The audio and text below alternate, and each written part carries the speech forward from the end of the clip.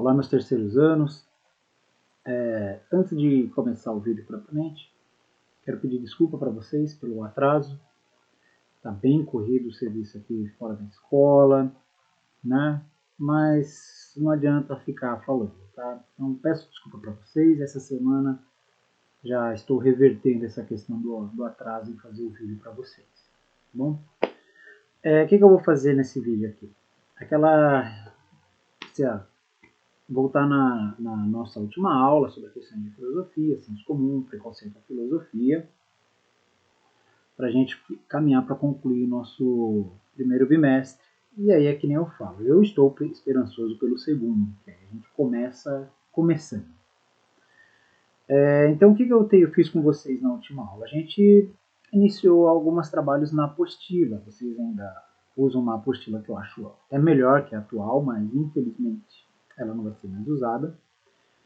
E a ideia é nós trabalharmos algumas noções relacionadas à filosofia para começar a se aproximar da filosofia de um modo um pouco mais maduro. E falar de filosofia quando pode parecer muito esguio, eu sempre evito isso com vocês. Então uma estratégia é falar de coisas próximas para você ganhar um contorno. Então na página 66 da apostila tem 4 perguntas que elas nos ajudam muito, né? Que é o que é senso comum, o que é senso crítico, o que é filosofia como reflexão espontânea e o que é filosofia como especialidade acadêmica. Vamos lembrar da aula anterior, a gente começou a ver com o Hacker a questão da filosofia não ser uma forma de ciência, mas também ser conhecimento, um conhecimento que dá sentido ao todo, né? E isso vai ser muito interessante, porque essas 4 noções andam junto. Se elas andam junto é porque uma ajuda a entender a outra. Então, qualquer ponto que começar nunca vai ser perfeito. Mas vamos começar pelo mais que parece mais simples, que é o que é senso comum para a gente se aproximar de filosofia. Senso comum, a gente viu que é o quê?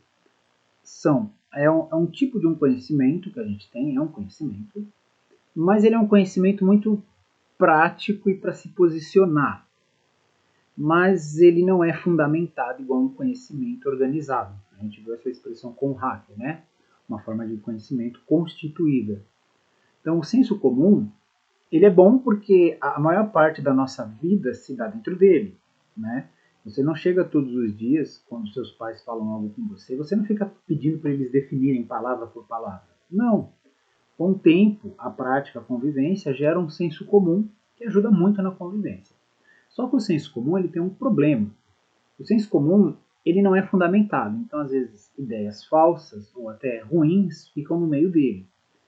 Isso já apresenta que o senso comum ele é muito fácil de ser criticado. Mas o senso comum, se ele tem seu defeito, ele tem seu lado bom. A ideia que a gente tem que guardar de senso comum, 2 características importantes para entender o que ele é que ele é um conhecimento comum, compartilhado, prático, mas, aí vem outra característica, ele não é fundamentado. Então ele às vezes pode ter falsidades nele, né? Isso leva a gente para a segunda pergunta. O que é senso crítico? Se o senso comum é uma forma de conhecimento e postura, o senso crítico ele se mostra mais como uma atitude mesmo. Porque senso crítico a gente diz de alguém. Alguém tem senso crítico. Ou às vezes usamos pensamento crítico, né? Que é o quê? É aquela pessoa que, quando ela está lidando com alguma questão, ela dá um passo para trás e reflete. Mas ela não reflete naquilo que ela já tem. Ela procura ir além. Então, senso crítico acaba sendo uma postura, uma atitude que a gente usa o quê?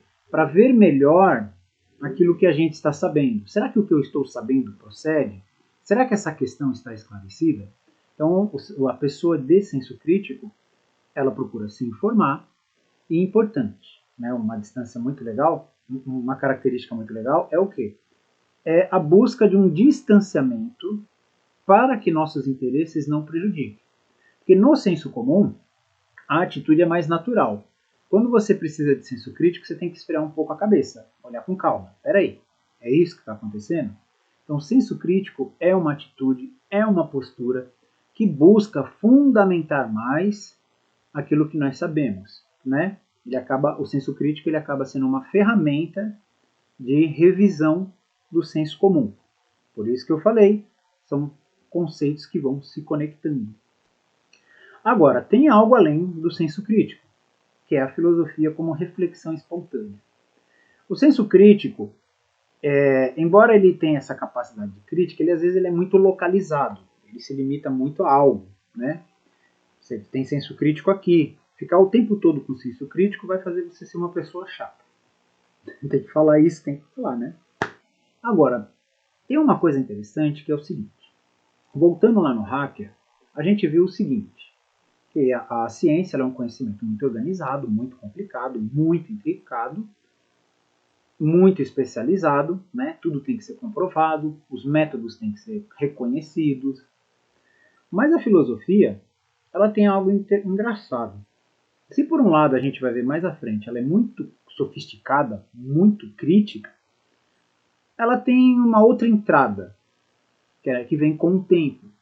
Às vezes você conhece pessoas com uma sabedoria e essas pessoas elas revelam esse conhecimento, às vezes de forma espontânea, numa questão. Eu, em sala de aula, dei o exemplo das mães. Mas assim, eu acho que o exemplo das mães muitas vezes parece que é só questão de briga. Mas eu acho que mais para frente, eu não vou lembrar agora em qual terceiro, eu dei o exemplo do técnico que te treina no futebol, do seu sensei, do seu professor de dança. Nós, seus professores, que aí fica parecendo propaganda, né? Então não vou me colocar nesse momento. Mas assim, nós às vezes recebemos conselhos, elucidações, alguém explica algo pra gente e dá uma claridade no assunto. Eu gosto muito do professor do futebol, técnico, porque ele muitas vezes ele tem uma conversa e fala, garoto, o que você está precisando? Para de faltar no treino, pega firme. Você está descuidando, você não está sendo responsável, faz isso que é melhor. Essa filosofia que vem como reflexão espontânea, ela está aberta a todos. Então todos somos filósofos? Eu acredito que sim, tá? Mas posso deixar aberto para vocês disserem que não. Mas vou assumir aqui que sim. É essa pergunta que a gente tem na apostila. Mas ela também não vem fácil. Ela vem com o tempo, com a vivência que a pessoa tem. Por isso que cada pessoa é um livro. Então, um livro, com o tempo, ele vai ter o quê? Um conjunto de conhecimentos que formam uma sabedoria. Eu falei algo legal na sala que tem que lembrar que inteligência é uma coisa. Inteligência é aquele cara que sabe usar um programa, fazer cálculos. Sabedoria não. Sabedoria é uma postura diante da vida e das coisas que acontecem nela. Então, a sabedoria como reflexão espontânea e filosofia, né, amigo da sabedoria, ela é algo que está aberto a todos, só vai depender da sua vida, de quem você é. Mas todos podem fazer filosofia como reflexão espontânea. Né? Está ali no momento, às vezes você fala algo, você pensa, você reflete. Não raro, às vezes você pode até pensar em questões dos filósofos mesmo. Mas a reflexão espontânea, diferente do senso crítico, ela vem mais de ela caminha para uma postura, né? E ela se constrói com o tempo e com a vivência que a pessoa tem, né? Uma postura, vou até às vezes falar que é calmo pode ficar um pouco chato, mas assim é uma postura que a pessoa desenvolve diante dos fatos. Ela procura às vezes viver melhor, às vezes conseguir o melhor dela. Não quer dizer que ela é uma pessoa passiva. Mas o mais importante, a filosofia como reflexão espontânea, ela é algo que se dá naturalmente pelo tempo e pela vivência. É esse conhecimento que ajuda você a lidar, a compreender as situações que a vida te apresenta. E por último, a gente tem o que é filosofia como especialidade acadêmica. A filosofia como especialidade acadêmica, assim como eu fui falando, né? Senso comum, aí o senso crítico se relaciona com o senso comum. A filosofia como reflexão espontânea, eu fiz uma relação com o senso crítico e agora com a filosofia como especialidade acadêmica, vou relacionar a reflexão espontânea. Então, a filosofia como reflexão espontânea, ela muitas vezes vem como um presente ou uma chamada de alguém, né, de algo para você. A filosofia como especialidade acadêmica, ela muda. Ela é algo rigoroso, muito estudado, demora pra caramba. Em sala de aula eu expliquei, né, o PhD é Philosophy Doctor, é o último grau na formação, né, o pós-doutorado. Então demora muito para você também ser um filósofo de especialidade acadêmica, demora pra caramba. É uma rotina de trabalho, de dedicação, igual a de um cientista. Então, se o cientista está sempre experimentando, fazendo teste, fazendo relatório, um filósofo profissional de vida acadêmica, ele está dando aulas, ele está pesquisando, fazendo seminários, fazendo revisão de trabalhos, procurando conhecer. Ele passa a viver. Quando eu falo viver, até se sustentar por causa disso. Então, a filosofia como especialidade acadêmica, além dessa característica com a reflexão espontânea, ela é polêmica, ela é para discutir. Então, se a reflexão espontânea ela não é ligada ao debate, a especialidade acadêmica é. Então, o que é filosofia como especialidade acadêmica? É a construção de uma sabedoria rigorosa, crítica, né, que discute, que se fundamenta e se faz de forma rigorosa. A filosofia como especialidade acadêmica, ela acaba até nos levando para o próximo ponto. Mas eu acredito que aqui eu já consegui dar uma base para vocês entenderem esses pontos que nós vamos retornar no decorrer do ano, mas aqui já tem uma resposta suficiente para vocês começarem a trabalhar. E a filosofia como especialidade acadêmica, por ela demorar esse tempo, ela ser muitas vezes polêmica e, principalmente, se a reflexão espontânea vem da experiência da vida, a especialidade acadêmica, às vezes ela se afasta dos nossos interesses práticos. Uma sala perguntou, por exemplo, que tipo de questão eu gosto. Eu gosto de uma coisa chamada teleologia. Tipo assim, vocês não ouvem, não é teologia, tele, de televisão, né? Teleologia. Só no presencial eu tentaria falar para vocês. No vídeo eu não vou falar não, senão vai ficar constrangedor. Mas ela não se conecta a coisas práticas de um modo simples, né? Eu gosto de metaética.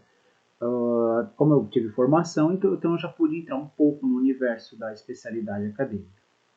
E aí, dada às vezes essa aparente desconexão da especialidade acadêmica, surge um certo preconceito em relação à filosofia. Que aí já não é filosofia como reflexão espontânea. Que é o quê? É como às vezes se envolvem questões que não se relacionam ao dia a dia.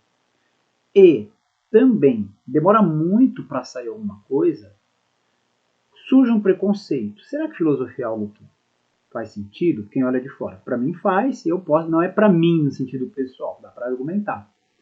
Mas o posicionamento é legítimo, que nem eu falei. Minha mãe perguntou para mim por que eu fazia filosofia até o segundo ou terceiro ano. Depois ela nem se importava mais. Já tinha passado a metade do curso, então vai ter que aprender a conviver com isso. E assim, a especialidade acadêmica, como ela é polêmica, às vezes você pode até parecer uma pessoa chata. Não vou esconder de vocês. Eu me eduquei para ser menos chato. Meus colegas de curso, uma hora a gente percebeu que você também não pode ser tão chato. E isso colabora com o preconceito em relação à filosofia. Já adiantando para o segundo bimestre, o maior exemplo de filósofo, o maior exemplo é Sócrates.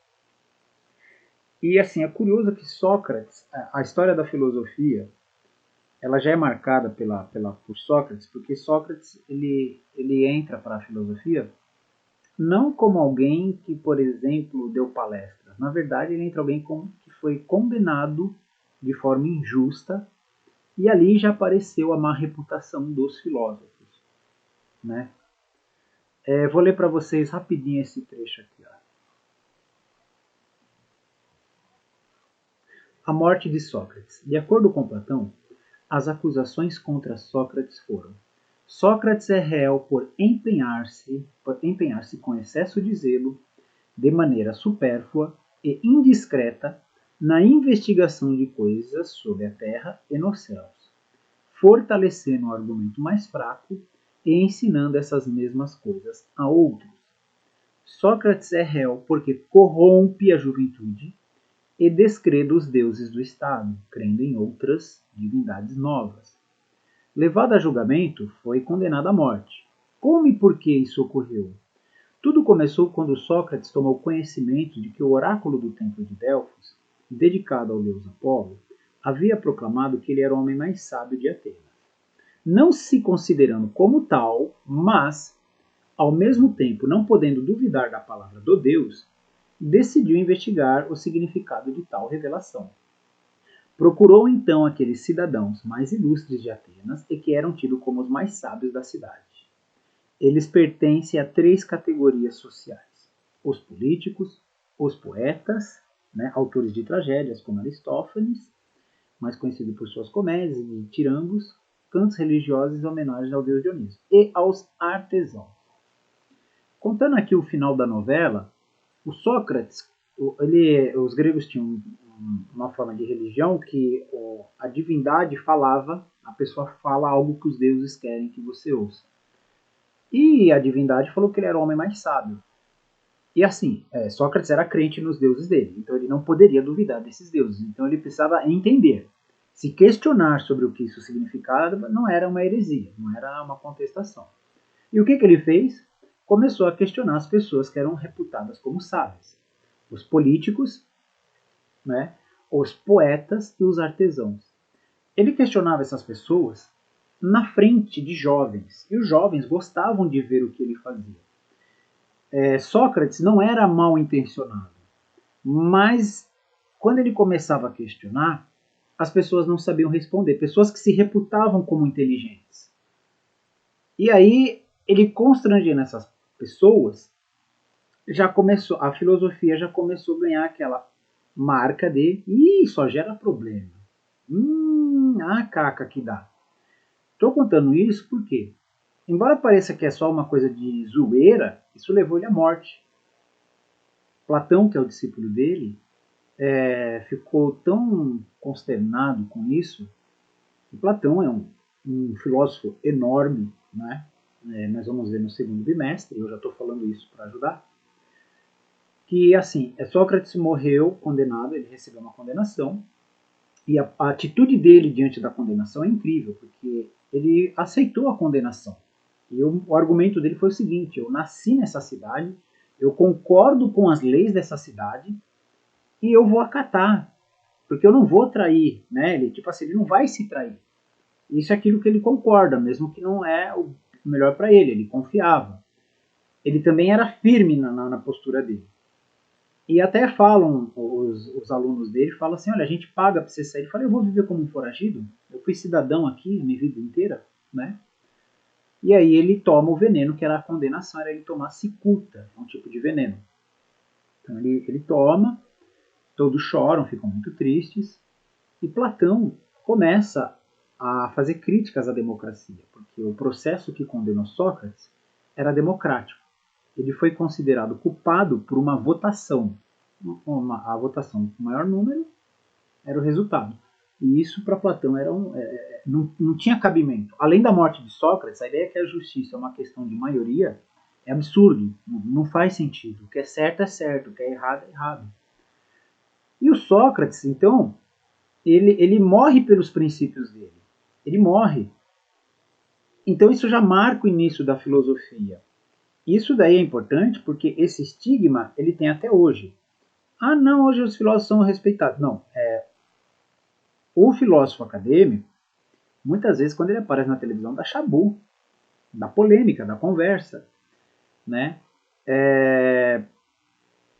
Então, isso, a polícia já nasce, a polícia não, caramba, porque eu li polícia ali, perdão. A filosofia já nasce associada a isso daí, a ser alguém que cria problemas. E esse preconceito, ele é comum até hoje. Às vezes a gente fala: o cara tá viajando, o cara se preocupa com coisa que não é importante, o cara tá perdido. Isso já é uma marca da filosofia. Por isso que filosofia é algo polêmico, Às vezes traz questões incômodas, expõe, te faz mudar seu modo de pensar, que as pessoas falam: aconteceu alguma coisa, porque esse cara mudou, Então isso daí é parte de um preconceito ligado à filosofia, mas é estranho porque esse mesmo preconceito muitas vezes ele é também filosófico, no sentido que é alguém querendo salvar certas ideias, né, para evitar o questionamento. Lembra, o Sócrates questionava. Gente, ele foi para a cadeia por perguntar para as pessoas por que elas faziam o que elas faziam. Isso daí já está no nascimento da filosofia.